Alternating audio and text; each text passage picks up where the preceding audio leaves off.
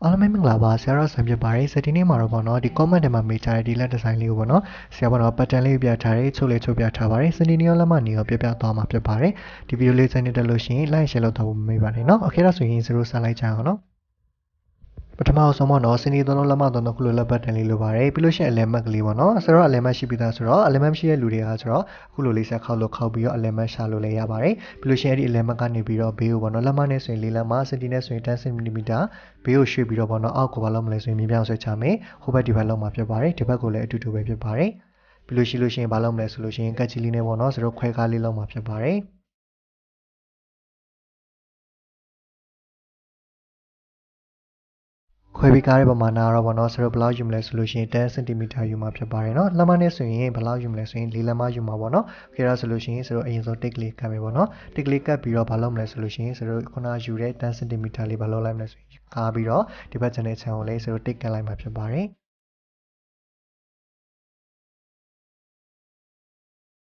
ပြီးလို့ရှိရင်ပေါ့နော်ဆိုတော့စုံတွန်းလို့ဖို့အတွက်ပေါ့နော်အပေါ်ကိုဆိုတော့မြေဖြောင်းဆွဲတက်မယ်အဲ့ဒီမြေဖြောင်းဆွဲတက်တဲ့ပမာဏကဆိုတော့အောက်မှာဆိုရင်ဘေးကို10 cm ထွက်ထားတယ်ပြီးလို့ရှိရင်အဲ့ဒီအစာအတွက်က15 cm စုစုပေါင်း25 cm ပေါ့နော်ဒီဘေးကိုထွက်ထား4လက်မဆိုရင်ဆိုတော့အဲ့ဒီ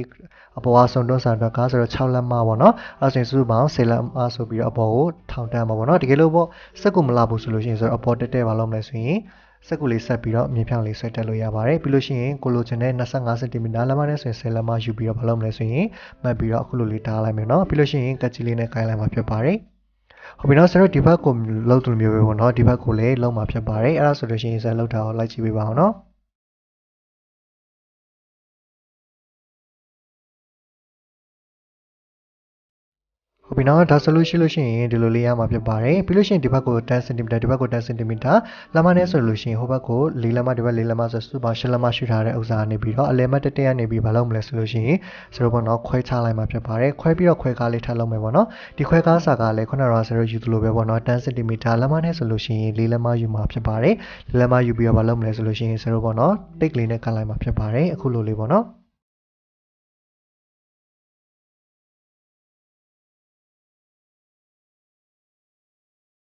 ပြီးလို့ရှိရင်အဲ့ဒီနံပါတ်ကိုပေါ့နော်ဆိုတော့မြေဖြောင်းလေးဆွဲပြီးတော့အဲ့ဒီအလယ်မတ်ကနေပြီးတော့ပေါ့နော်အပေါ်တက်ကိုဆိုတော့လက်မနဲ့ဆိုလို့ရှိရင်2လက်မစင်တီနဲ့ဆိုရင်5 cm ပေါ့နော်ဘာလုပ်လိုက်မလဲဆိုလို့ရှိရင်တက်ပြီးတော့ပေါ့နော်အခုဆရာခုံးလိုမျိုးလေးပေါ့နော်ခုံးလေးဖြောင်းလို့ပေါ့နော်ဘာလုပ်လိုက်မလဲဆိုရင် white ပေးလိုက်ပါနော်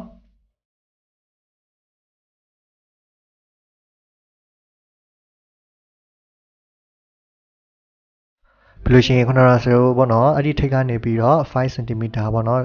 ချပြီးတော့လက်မနဲ့ဆို2လက်မချပြီးတော့မြေပြောင်းဆွဲမယ်ဒီဘက်ကိုလည်း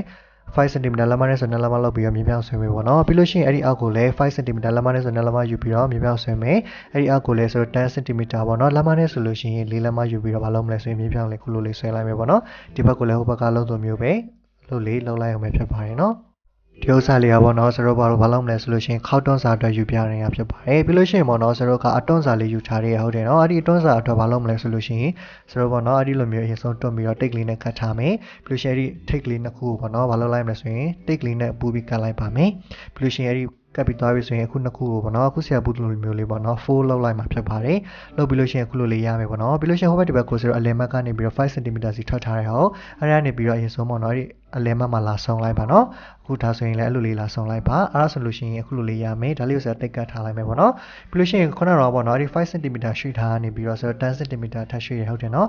အဲ့ဒီဥစ္စာကိုလည်းအခုခုနဆရာယူလိုမျိုးပဲပေါ့နော်အခုလိုလေးပဲခောက်တော့လောက်လိုက်မှာဖြစ်ပါတယ်အဲ့ဒါဆိုလို့ရှိရင်အားလုံးမရမယ်လို့ထင်ပါတယ်နော်အဲ့ဒါဆိုလို့ရှိရင်ပေါ့နော်အဲ့ဒီဥစ္စာခု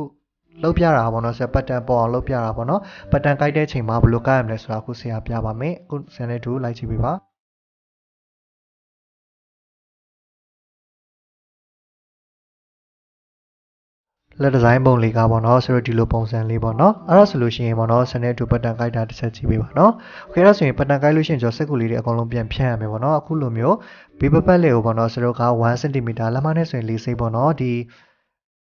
ဘေးချုပ်စာဖက်ကိုကျော်ပေါ့နော်ဆိုတော့ခါဘာလုပ်မလဲဆိုလို့ရှိရင်တော့3 cm ဒါမှမဟုတ်လက်မနဲ့ဆိုရင်တစ်လက်မတော့ခြံပေးရမယ်เนาะအခုဆရာယူတဲ့ညာလေးပေါ့เนาะကြဒါဆိုရင်အောက်ကိုလည်းပေါ့เนาะဆိုတော့က1 cm လက်မနဲ့ဆို4စိတ်ပြီးလို့ရှိရင်ပပတ်လေးလေးကိုဘာလုပ်လိုက်လို့ရရလဲဆိုလို့ရှိရင်ပတ်တန်လေးကိုက်လိုက်လို့ရပါပြီ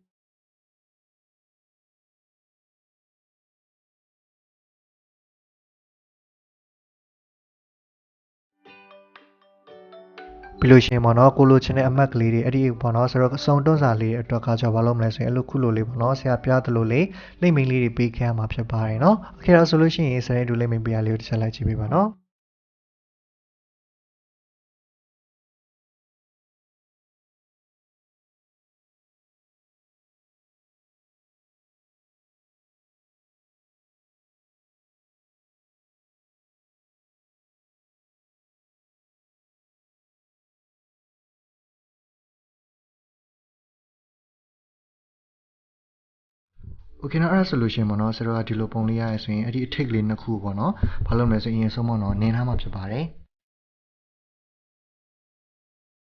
်ပြီးလို့ရှိရင်ပေါ့နော်ဒါလေးကိုဆရာတို့နေနေပေါ့နော်ဘာလို့မလဲဆိုရင်မိကျစ်လေးခွဲတိုင်းလိုက်မှာဖြစ်ပါတယ်ပြီးလို့ရှိရင်ပေါ့နော်ဆရာတို့စုံသွင်းလုံးမဲ့ဥစ္စာလေးတွေပေါ့နော်ဆရာတို့ဘာလို့လုပ်လဲဆိုရင်အကြမ်းချောင်းလေးတွေနင်းသွားမယ်နော်ဟုတ်ပြီနော်ဟုတ်ပြီနော်ဒါဆိုလို့ရှိရင်ပေါ့နော်ဆရာတို့ဒီမှာဆိုရင်အကြမ်းချောင်းလေးတွေဘာလုပ်ပြီးလဲနင်းပြီးသွားပြီပေါ့နော်ဆရာတို့အဲ့ဒီဘေးဘက်တွေကိုလည်းပေါ့နော်အကြမ်းချောင်းလေးဟိုနင်းထားလိုက်တယ်ပေါ့နော်ဒီဘေးတွေဘာလို့လို့ရှိရင်လဲဆိုရင်ပေါ်အောင်လို့ပေါ့နော်အဲ့ဆိုပေါ့နော်အရင်ဆုံးပေါ့နော်ဆရာတို့ဒီဘက်ထောင်းနဲ့ဒီဘက်ထောင်းလေးနဲ့ပေါ့နော်အရင်ဆုံးဘာလုပ်လိုက်မလဲဆိုလို့ရှိရင်အရင်ဆုံးထပ်လိုက်မယ်ပေါ့နော်ထပ်လိုက်ပြီးတော့ဘာလုပ်မလဲဆိုရင်ပင်သီးလေးတစ်ချောင်း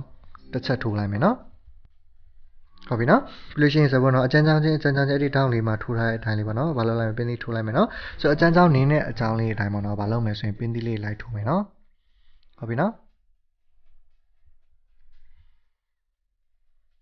ဟုတ်ပြီနော်ဒါဆိုလို့ရှိရင်ပေါ့နော်ဆိုတော့ပင်းသီးလေးတွေထိုးပြီးသွားပြီဆိုလို့ရှိရင်ဘာလို့မလဲဆိုရင်ခောက်သွန်းလေးလုပ်လို့ရတယ်ပေါ့နော်ဒီဥစ္စာကိုအဲ့လိုမျိုးလေးပေါ့နော်အဲ့ဒီအတိုင်းလေးပေါ့နော်ခောက်သွန်းမတော့ခင်အစုံတစ်ချမ်းအကြောင်းလေးတစ်ချောင်းသွားနေမှာဖြစ်ပါတယ်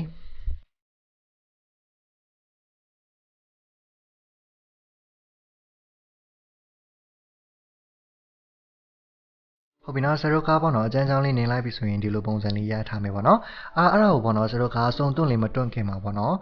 ဒီပေါ့နော်အောက်ကလေးတို့လားအဲ့ဒီ white လေးပေါ့နော်ဂျိုင်းနဲ့သွားဆက်မဲ့အပိုင်းလေးရှိရလေအဲ့ဒီဥစ္စာလေးကိုပေါ့နော်ဆရာတို့ဘာလုပ်မလဲဆိုလို့ရှိရင်ပေါ့နော်ဒီခြေကျဲချောင်းလေးနင်းပြီးတော့လေဘာလုပ်မလဲဆိုရင်အတွန့်လေးတွန့်မှာဖြစ်ပါတယ်နော်အဲ့ဒါမှပေါ့နော်ဆရာတို့လူချင်းတဲ့ဟိုအပေါ်အားပေါ့နော်အပေါ်ပါနာနဲ့ပြီးဘာလုပ်မလဲဆိုရင်သွားဆက်လို့ရမှာပေါ့နော်အဲ့ဒါလေးအရင်ဆုံးဆရာတစ်ချက်ပေါ့နော်အကျန်းချောင်းလေးပေါ့နော်နှစ်ချောင်းဘာလုပ်မလဲဆိုလို့ရှိရင်ဆိုတော့လက်ဖောင်းစာလေးလုပ်သွင်းမျိုးလေအဲ့ဒါလေးကိုတော့မှာဖြစ်ပါတယ်ဟုတ်ပြီနော်အပေါ်တစ်ချောင်းနင်းပြီးသွားလို့ရှိရင်ဆိုတော့ပေါ့နော်အောက်တစ်ချောင်းလည်းပေါ့နော်နင်းရမှာဖြစ်ပါတယ်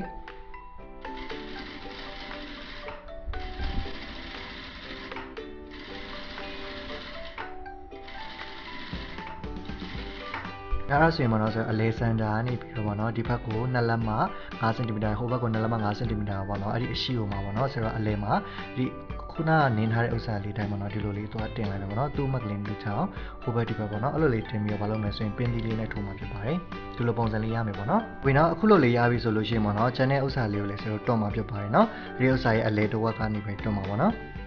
်အဲ့မှာအလဲတစ်ဝက်လေးအဲ့ဒါလေးကိုမှာပေါ့နော်ဆိုတော့အခုလိုလေးသွားပြီးတော့ခောက်မယ်ဟိုဘက်ကနေဒီလိုလေးအခုလိုလေးခောက်လာမယ်ပေါ့နော်ခောက်ပြီးတော့ဘာလုပ်မလဲဆိုရင်ခုနလိုပဲဆိုတော့ပင်းသီးလေးထိုးလိုက်မယ်ပေါ့နော်ဟုတ်ပြီဒါဆိုလို့ရှိရင်ဆိုတော့လှုပ်လိုက်ရင်ဒီလိုရမယ်ပေါ့နော်ဒီဘက်ကျန်တဲ့ဥစ္စာလေးကိုလည်းခုနဆရာလှုပ်ပြသူလေးပဲပေါ့နော်လှုပ်လိုက်ရင်ရပြီနော်ဟုတ်ပြီဒါဆိုလို့ရှိရင်ဆက်တစ်ချက်လှုပ်လိုက်ပါမယ်။ပြီးတော့ဒါဆိုလို့ရှိရင်ပေါ့နော်ဆရာတို့လိုချင်နေတယ်ပေါ့နော်အတွန့်လေး3တွန့်လေးကဘာရပြီလဲဆိုရင်ရလိုက်ပေါ့နော်။အဲ့ဆိုလို့ရှိရင်ဒီဘက်ကကြံတဲ့ဥစ္စာလေးပေါ့နော်ခုနကတော့အကြံကြောင်နေထားတဲ့ဥစ္စာလေးကိုဒီဘက်ကအတွန့်ပမာဏအကြံလေးအတိုင်းပေါ့နော်ဘာလုပ်မလဲဆိုလို့ရှိရင်ဆရာတို့ပေါ့နော်တွန်းလိုက်မှာဖြစ်ပါတယ်ဒီလိုမျိုးလေးပေါ့နော်အတွန်းပုံစံလေးဖြစ်အောင်လုပ်လိုက်မှာပေါ့နော်ဟုတ်ပြီနော်အတွန်းပုံစံလေးဖြစ်အောင်ဆိုတော့ဘာလုပ်မလဲဆိုလို့ရှိရင်အချီလေးနဲ့ဆွဲကြုံလိုက်မယ်ပေါ့နော်ခေဒါဆိုရင်ဆက်လုပ်လိုက်ပါဦးမယ်နော်ပြီးတော့အခုလိုလေးအကျန်းချောင်းလေးနဲ့ဥစ္စာကိုတွန်းလိုက်ပြီဆိုလို့ရှိရင်ပေါ့နော်ဒီဥစ္စာလေးဆိုတော့ထပ်ကြည့်မယ်နော်တော့ထပ်ကြည့်လိုက်လို့ပေါ့နော်ပမာဏချင်းကဘာဖြစ်လဲဆိုရင်ထပ်တူကြတယ်ဆိုလို့ရှိရင်ပေါ့နော်ဆိုတော့အဲ့ဒီမှာဆိုရင်လိမ့်မင်းချောင်းရလေးတွေရှိရဟုတ်တယ်နော်လိမ့်မင်းချောင်းရလေးတွေအတိုင်းပေါ့နော်ဆိုတော့တချောင်းပေါ့နော်အကျန်းချောင်းလေးနင်းမှာဖြစ်ပါတယ်โอเคအဲ့ဆိုရင်ပေါ့နော်ဆရာအကျန်းချောင်းလေးချောင်းနင်းပြပါမယ်ဒီအကျန်းချောင်းကပေါ့နော်ဘာလုပ်မလဲဆိုလို့ရှိရင်ဒီဥစ္စာလေးဆိုတော့ပေါ့နော်ဂျိုင်းမှာသွားဆက်လို့ရပြီပေါ့နော်ဒီလိုလေးအကျန်းချောင်းလေးတစ်ခုနေပြီးသွားရင်နော်ဘယ်လိုမျိုးသွားဆက်မလဲဆိုတော့ဆရာခဏနေချလို့ရှိရင်တစ်ချက်ပြောပြမယ်ပေါ့နော်โอเคနော်အဲ့ဒါဆိုရင်ဆရာနဲ့အတူတစ်ချက်လိုက်ကြည့်ပြပါဦးနော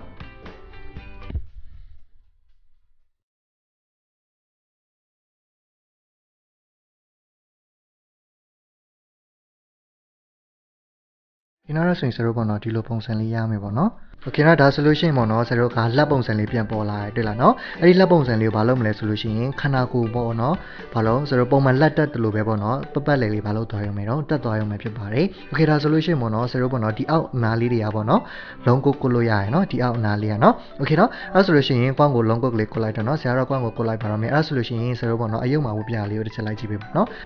โ ခုလိုကြည့်ရှုအားပေးခဲ့တဲ့အတွက်အားလုံးကိုကျေးဇူးတင်ပါတယ်ဇရိုးပေါ့နော်အားလုံးလိုချင်တဲ့လက်ပတ်တန်လေးလည်းရမယ်လို့မျှော်လင့်ပါတယ်ဒါဆိုရင်ဆိုတော့နောက်ဗီဒီယိုမှာပြန်လည်ဆုံတွေ့ကြတာပေါ့နော်ဒီဗီဒီယိုလေးကိုကြိုက်လို့ရှိရင် like share လုပ်တော့ဖို့မမေ့ပါနဲ့နော်အားလုံးပဲကျေးဇူးတင်ပါတယ်နောက်ဗီဒီယိုမှာပြန်လည်ဆုံတွေ့ကြပါမယ်အားလုံးကျေးဇူးတင်ပါတယ်